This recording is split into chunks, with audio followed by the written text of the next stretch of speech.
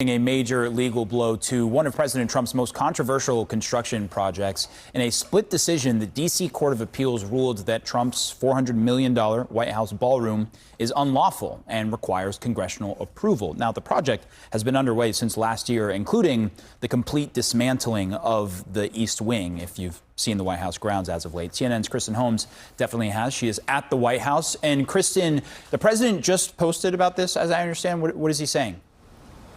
Yeah, it is a very lengthy screed here, and unsurprisingly, he tries to make this political, but he also paints this completely as a national security need and necessity rather than focusing on the ballroom at all, which isn't surprising when you get to the legality. So the first thing he does here is he quotes the dissenting judge. As you said, it was a split decision, which called this a blatant abuse of discretion. He goes on to say that this decision has been stayed and does not take effect for a period of time. I do want to make clear the court did itself stay its own decision, but it's for 2 weeks, and that was to allow President Trump to actually be able to appeal to the Supreme Court, which he says in this post he is going to do. Then he goes through all of the needs for this ballroom, but he doesn't refer to it as the ballroom, only as a top medical facility, a top security facility, really leaning into the fact that he is now saying that top law enforcement believes that this has to be built in Washington, D.C. And I do want to read to you, we obviously read you a line from the dissenting judge,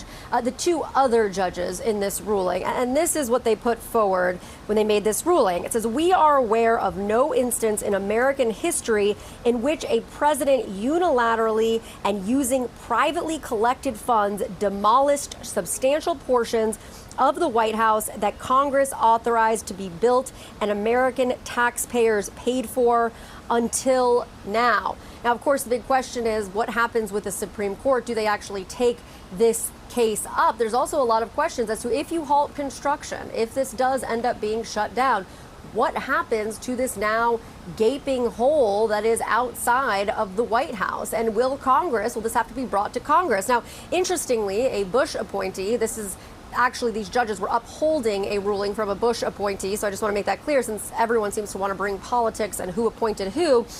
This appointee actually addressed this idea of the gaping hole that you see right there. It says, "While I take seriously the government's concerns for safety and security of the White House grounds and the president itself, the existence of a large hole beside the White House is, of course, a problem of the president's own making." So don't have any real concrete answers as to what is going to happen if this does, in fact, go to the Supreme Court, if they rule to shut down this project. I mean, one of the complaints that President Trump has made, and we've actually heard this from people on both sides